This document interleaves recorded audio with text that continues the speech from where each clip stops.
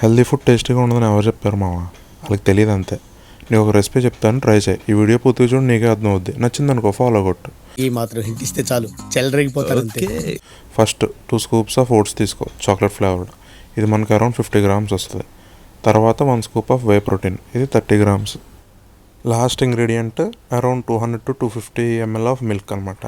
ఇది జనరల్గా నేను బ్రేక్ఫాస్ట్కి తీసుకుంటాను. ఈ మీల్ అండ్ మిల్క్ మైన్ చేస్తే మనకి అరౌండ్ 20 grams ప్రోటీన్ వస్తుంది.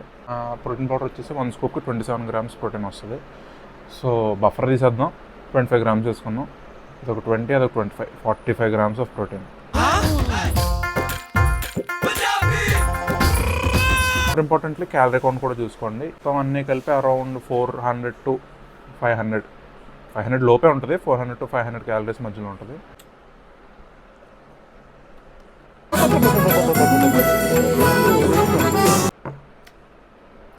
పక్క ట్రై చేయండి, చాలా టేస్టీగా ఉంటుంది. దీంతో మీ చాక్లెట్ క్రేవింగ్స్ కూడా తీరిపోతాయి. See you in the next video.